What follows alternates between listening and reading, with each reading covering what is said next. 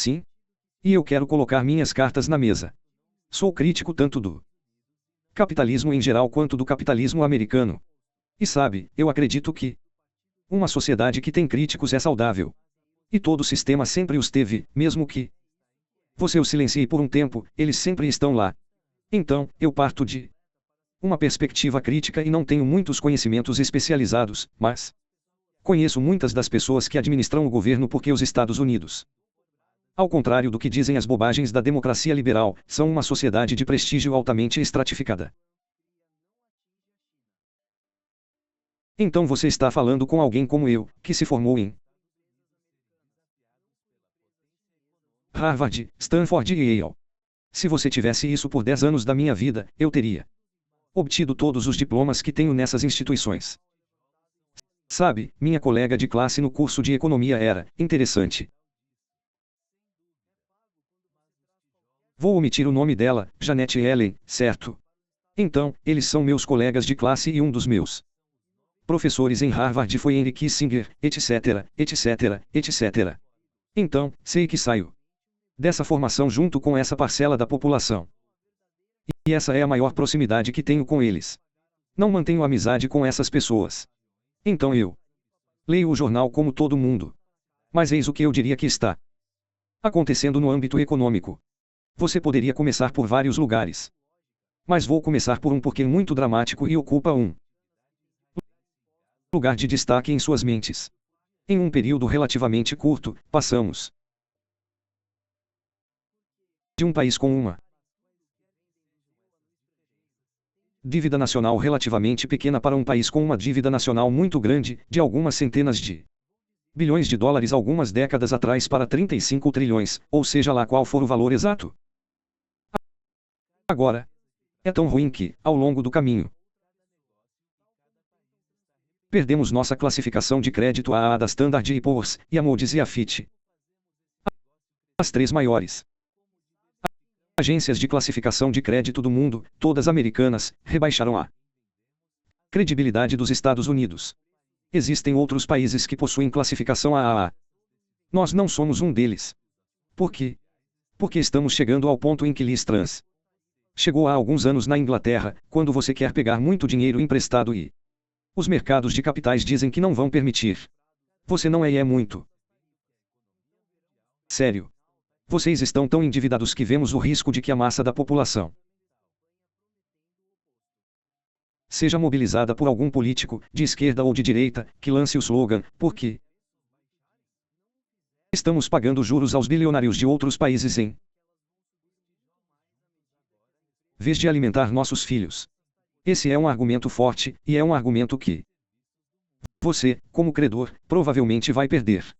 Assim, os credores, que incluem bancos americanos, empresas e outros, estão se retirando. Portanto, o presidente eleito terá que fazer algo em relação a essa dívida.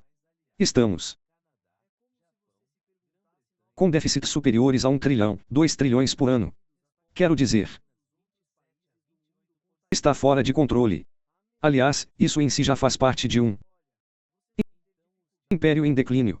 As corporações e os ricos querem que o governo lhes forneça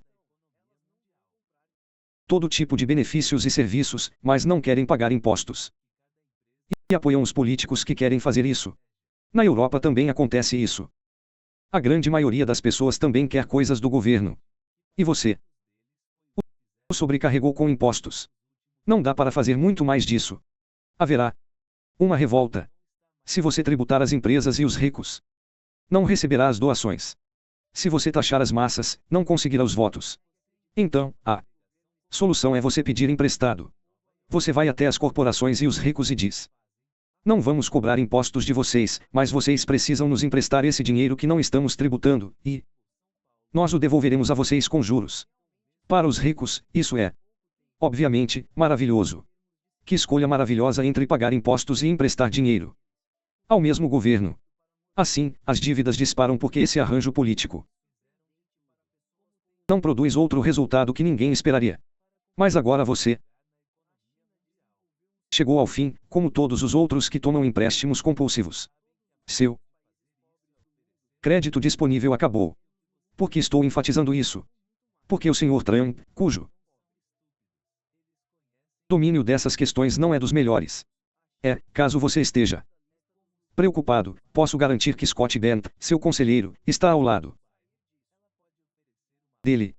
São pessoas com maneiras atípicas, até mesmo para elas, de pensar sobre economia.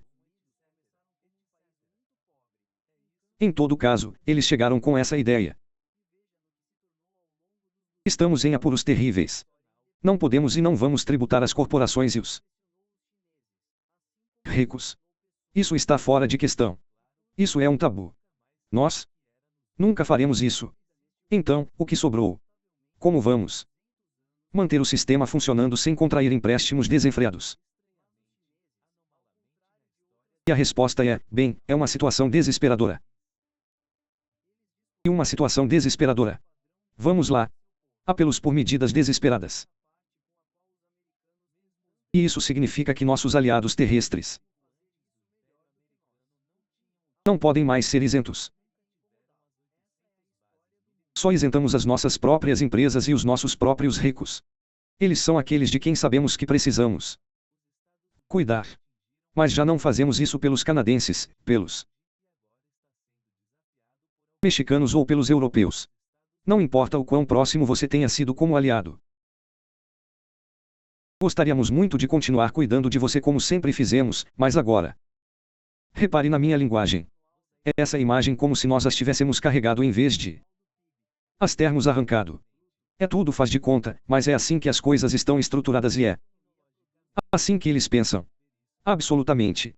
Quando o Sr. Trump diz que, por haver um déficit entre, sei lá, a Itália e os Estados Unidos, isso significa que a Itália está abusando de suas vantagens. É assim que ele pensa. E em vez de fazer piada, quero dizer, é um erro. Mas em vez de zombar disso, tente entender de onde isso vem. Porque esse erro se repete todos os dias. Porque se encaixa na ideia de que agora vamos salvar a América usando justamente seu tamanho, sua importância para os britânicos, holandeses, chineses ou japoneses. Eles terão que nos pagar pelo acesso à força que possuímos, e é assim que manteremos nossa força. É assim que vamos mantê-lo. Então, nós não vamos ajudar mais ninguém. Se vocês querem tropas na Europa, vocês pagam por elas. Se você quer um escudo militar, você paga por ele. Se você quer lutar na guerra na Ucrânia, você paga. Não vamos fazer isso. Não estamos. Estamos administrando nossos recursos para superar este período difícil e vamos tirar de vocês cada centavo que pudermos. Sabe?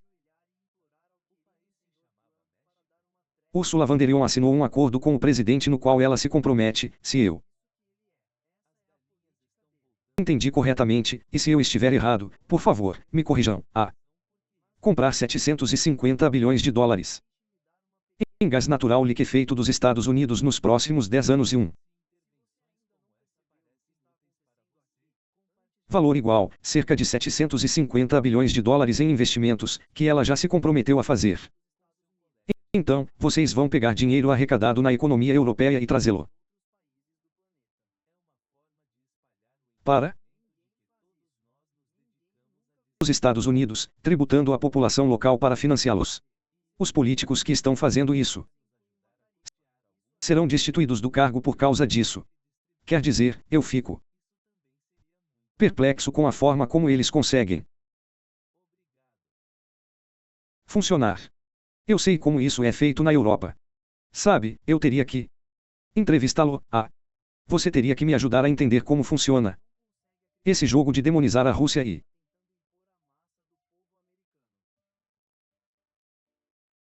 bajular Trump. Para mim, o que fica é questionar o estado mental dos líderes europeus.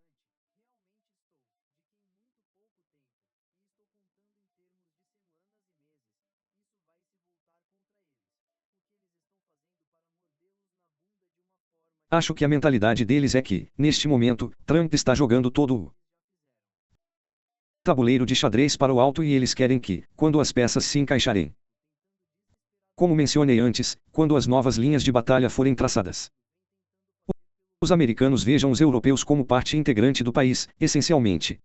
É, como você disse, não para extrair tanta riqueza, mas para atingir esse objetivo. Os europeus, ou a União Europeia, têm muita clareza de que todos esses acordos comerciais horríveis são vistos como uma forma de comprar a afeição de Washington, para que eles ainda vejam valor na Europa. Acho que essa suposição está equivocada. Penso que quanto mais se deixam explorar, mais isso acarreta dois problemas. Uma delas é que a Europa se torna ainda mais frágil e vulnerável. Assim, é menos provável que os Estados Unidos o vejam como um parceiro em pé de igualdade. Em segundo lugar, acho que Trump, não só ele, mas outros também, têm um certo desprezo por esse tipo de fraqueza, por não ter coragem, a vontade de defender os interesses nacionais básicos. Mas você mencionou que os Estados Unidos estavam preparados para extrair toda essa riqueza de seus próprios aliados, embora haja algumas exceções. Quero dizer, há exceções interessantes, porque Trump, é claro, foi eleito porque ia fazer algo em relação à dívida, e eu concordo plenamente. Acho que esse é o cerne da questão, é isso que torna tudo insustentável. Mas ele faria isso pondo fim às guerras intermináveis. Ele reduziria a dívida. É por isso que fiquei feliz com o papel de Musk, sabe, cortando tudo. Mas agora vemos que muitas das guerras continuam, de fato. Parece que ele vai começar algumas novas. Mas ele também doa dinheiro. Ele socorreu Israel durante a guerra e também a Argentina, o que é interessante. Então o governo americano paralisa suas atividades enquanto ele está ajudando a Argentina. Isso também parece ser um problema que está lhe causando a perda de muito apoio. Como você explica isso? Neste momento crítico da história americana, estamos lutando contra uma dívida insustentável e agora é hora de resgatar a Argentina, quando a própria base de apoio de Trump votou nele para fazer exatamente o oposto, cuidar primeiro deles, priorizar os Estados Unidos, como ele mesmo disse. Sim, o Sr. Trump é, acima de tudo, um showman profissional. Chamamos isso de aqui. Ele é um artista. Ele entende que a forma como você se apresenta é de grande importância e pode te levar muito longe. Ele conquistou a Casa Branca com seu próprio esforço. Em outras palavras, ele comprovou sua própria hipótese. Em sua mente, ele mostrou, veja, eu não era estudante. Eu nunca entendi muita coisa. Fui um playboy a vida toda. Herdei do meu pai imóveis avaliados em centenas de milhões de dólares. Tudo já foi providenciado para mim. Já fracassei em cerca de 8 ou 9 empreendimentos comerciais diferentes que ele iniciou e que acabaram falindo. Uma universidade, água engarrafada, apostas. Sabe, todo tipo de cassino. É um desastre sem fim. Pontuado por um histórico de complicações legais que são a fonte de humor nesta cultura. Ele é um advogado exemplar que continua perdendo, mas não se importa porque tem dinheiro suficiente para que o objetivo do direito seja importunar as pessoas, incomodá-las para extrair fundos para que ele possa usar seu próprio dinheiro e fazer o direito trabalhar a seu favor. Ele é o exemplo clássico. Então, por que estou lhe dizendo isso? Se você analisar as políticas, verá que não há acompanhamento, não há uma análise de se fazer algo terá um efeito negativo ali, então podemos continuar fazendo, mas como lidamos com esse efeito negativo para que ele não volte e desfaça o que estamos tentando fazer? É a maneira lógica pela qual uma pessoa que entende a complexidade toma decisões. Você precisa tomar uma decisão, e sempre há um risco. Mas você pode mitigar o risco, analisando, se me permite por um momento, de uma maneira hegeliana, as contradições intrínsecas desses atos que você está realizando. E você sabe que é assim que o mundo funciona. Não? Então, Quando ele diz, posso acabar com a guerra na Ucrânia com alguns telefonemas em uma semana, ele tem isso em mente como algo que ele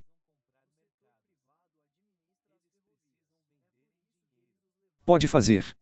E se ele não conseguir fazer isso, ficará muito zangado com alguém que se intrometeu de forma inadequada e ilegal, com más intenções, na boa ação que ele está prestes a realizar. E ele está estupefato, e ele atiraria neles. Chegará o momento em que ele terá o direito de atirar neles porque eles são ignorantes, perversos ou ambos, por seu porém ao que ele deseja. Então ele descobrirá que não são apenas os europeus, mas toda a liderança do Partido Democrata e metade da liderança do Partido Republicano que querem lutar na guerra na Ucrânia.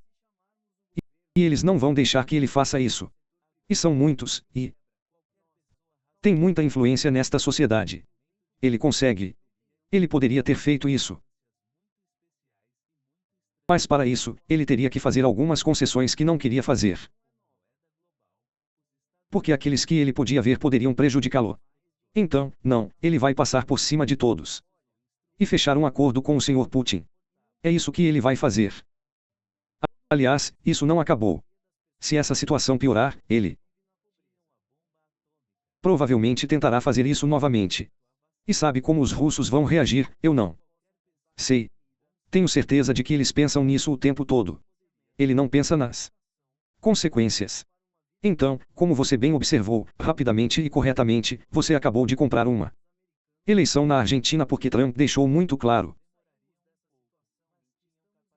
semanas antes da eleição, que daria muito dinheiro se as pessoas votassem em MLE novamente e não daria o dinheiro se não o fizessem.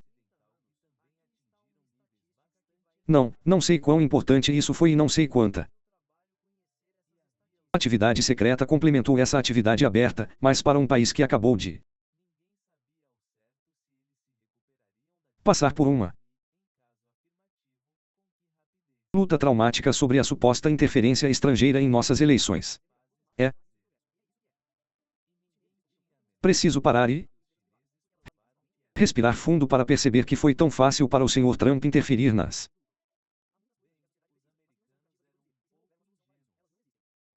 eleições argentinas. E ninguém aqui diz uma palavra. Quer dizer, um partido democrata que tivesse um mínimo de independência teria entendido seu ponto de vista. Eis uma oportunidade para ir à base do Sr. Trump e perguntar: o que vocês estão fazendo? América em primeiro lugar significa de 20 a 40 bilhões de dólares. E então eles deveriam ter apresentado uma lista de todas as coisas que os americanos poderiam ter recebido com esses 20 a 40 bilhões de dólares, mas que não receberão agora porque estamos apoiando um lunático no poder. Na Argentina, isso teria sido feito, mas eles não fizeram nada. Você sabe, eles estão presos no mesmo declínio imperial. Eles não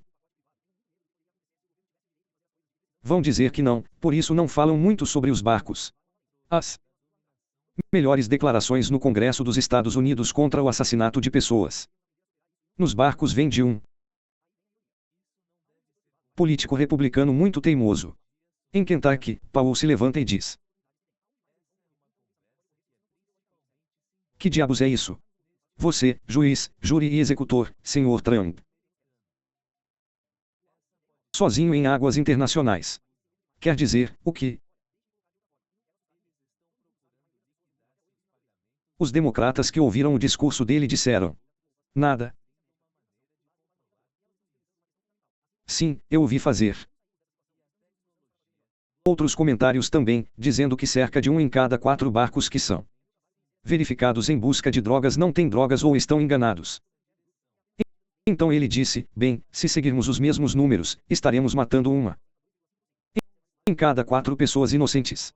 Novamente, se era legal matar pessoas em águas internacionais antes de saber o que havia no navio, mas em nosso país, não executamos pessoas condenadas por tráfico de drogas. Quer dizer,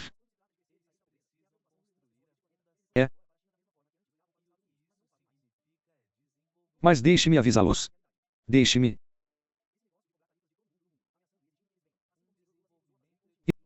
um pouco mais longe. Os europeus deveriam pensar muito bem antes de tomar a decisão de se aliar a um país cujo império está desmoronando, cujas divisões internas atingiram um nível de hostilidade que é assustador.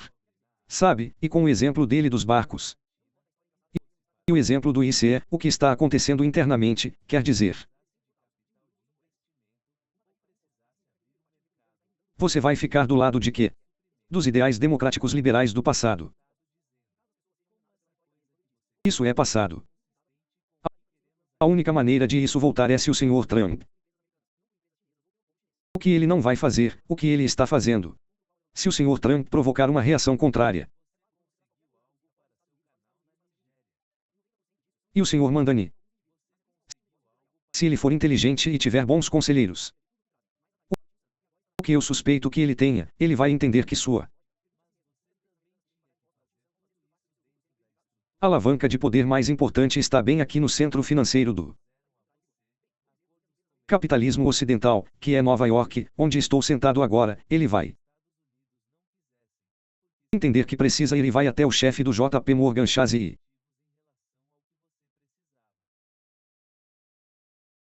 todas as outras grandes instituições financeiras e dizer a eles: apostem seu dinheiro no Sr. Trump. Ele está indo ao banheiro agora. E é melhor você ter muito cuidado para que a reação negativa contra ele não acabe colocando o país em uma situação pior do que a que estava antes de você se aliar ao Sr. Trump. Tenha muito cuidado. Você, a frase não dita. Você precisa de mim. Você precisa ter um amigo à esquerda. Porque, quando a guinada à direita se mostrar ineficaz para os problemas do sistema capitalista americano,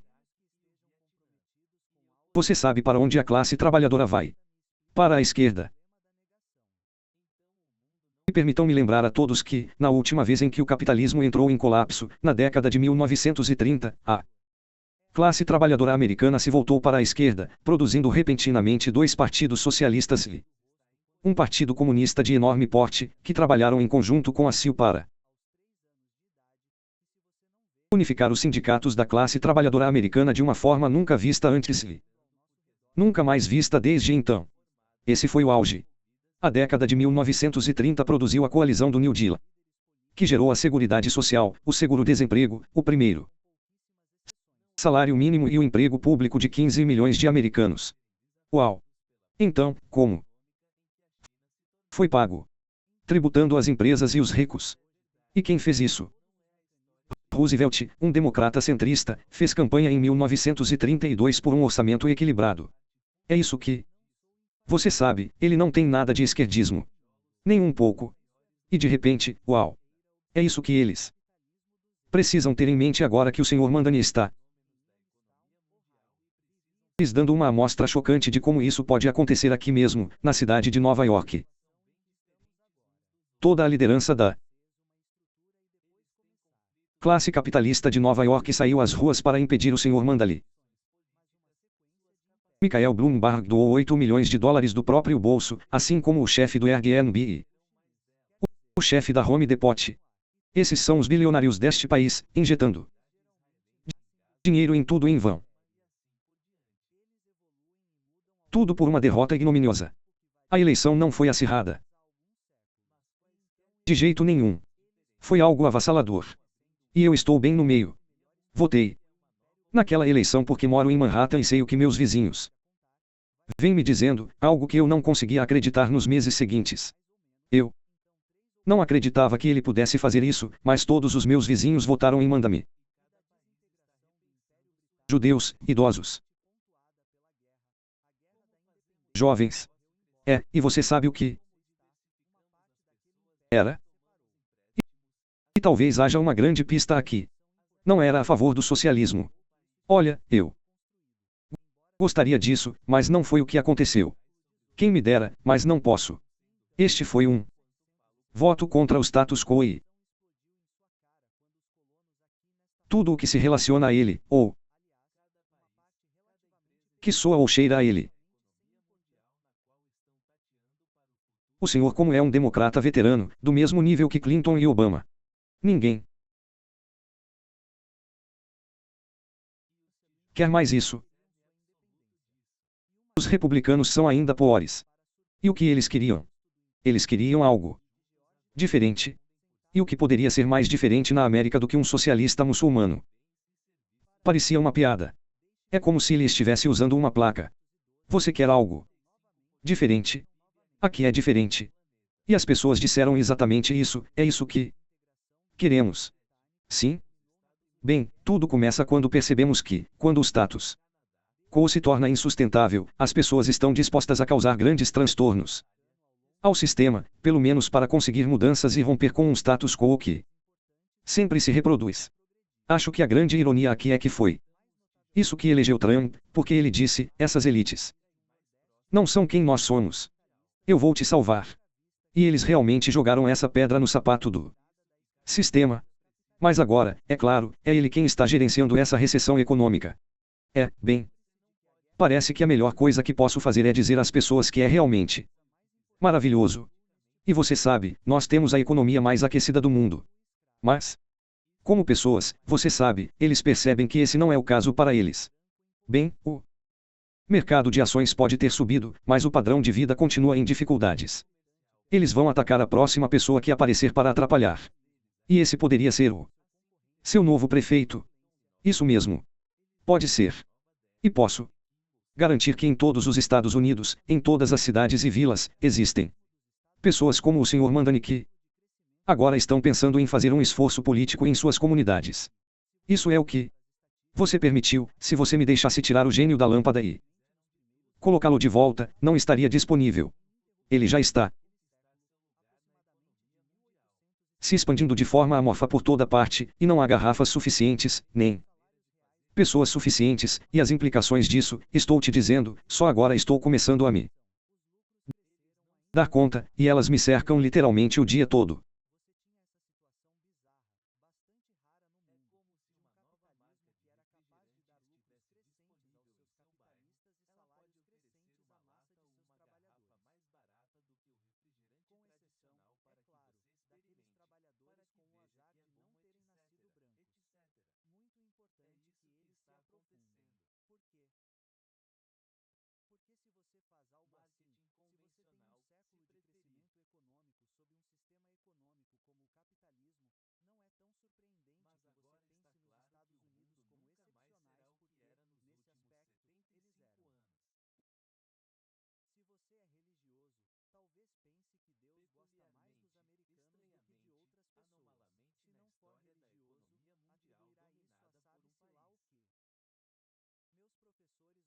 Muito obrigado por me permitir aproveitar seu conhecimento. São tempos fascinantes para ver como essa decadência econômica, eu acho, está alimentando essa enorme fragmentação política ou até mesmo um colapso. Então, muito obrigado novamente. Sim, foi um prazer, Glenn. Em algum momento, adoraria conversar com você também sobre a Europa. Sabe, meu pai nasceu na França e minha mãe na Alemanha, então tenho meio pé na Europa. Eu falo esses idiomas. Uma das coisas mais surpreendentes para muitos de nós aqui nos Estados Unidos, especialmente se tivermos alguma ligação com a Europa, é o declínio da Europa. Sabe, o Renascimento, a Reforma Protestante, a Revolução Francesa, todo o grande marxismo. Todos os grandes produtos de uma Europa. O que está acontecendo à medida que essa parte do mundo encolhe? A Grã-Bretanha não é o império que domina o mundo, mas sim uma pequena ilha costeira e úmida da Europa. O que está acontecendo? Porque os Estados Unidos e a China estão falando de um mundo no qual a Europa é uma reflexão tardia. O que é isto? Bem, vemos isso quando há acordos políticos em Gaza ou em outras partes do mundo. Os europeus, se forem convidados, não estarão lá para ficar no fundo e serem ridicularizados. Essencialmente. E sabe, como europeu, acho de partir o coração ver a direção que o continente está tomando, mas ouvi isso Ser explicado. Também conversei na semana passada com o ministro das Relações Exteriores da Hungria, em Minsk, ou melhor, não falei diretamente com ele, e ele disse que os europeus estão passando por uma crise de racionalidade e bom senso. Mas eu adoraria discutir esses assuntos com você na próxima semana ou posteriormente, se você estiver disponível. Muito obrigado. Penso que parte do que determinará o resultado na Europa é, obviamente, sobretudo a própria Europa, mas também a atitude em relação ao que está acontecendo aqui, à medida que as pessoas pensam na Europa através das lentes da experiência americana. Bom? Então, conversaremos novamente.